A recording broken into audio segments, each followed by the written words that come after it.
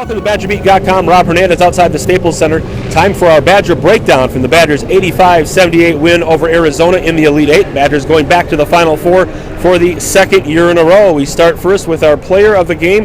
Got to call it players of the game tonight. I know Sam Decker was the West Region MVP, but he and Frank Kaminsky were a 1-2 punch, second to none tonight.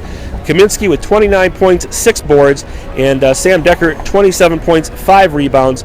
Both of them hit huge shots. Decker 5 of 6 from three-point range, including that dagger 3 late in the second half to help the Badgers withstand the Wildcats. Kaminsky tonight did a lot of his damage at the free throw line where he was 10 for 12, but a truly breakout performance for two future NBA stars in Frank Kaminsky and Sam Decker.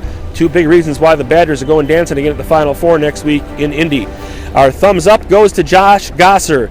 He's always the heartbeat of this basketball team, but tonight he did it in so many different ways. Scored 10 points tonight, which was a bonus, a third guy in double figures for Wisconsin. He also made that unforgettable catch of the baseball pass on the press pick, bounced off an Arizona player, wound up in his hands. He drew a foul, made one of 2 free throws.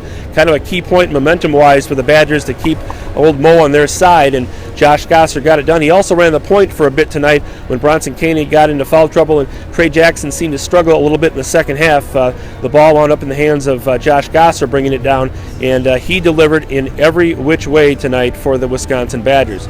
Thumbs down, you might need to give it to the NCAA. Second year in a row, the Badgers and the Wildcats have put together an absolutely unforgettable Elite Eight game here in the West Region.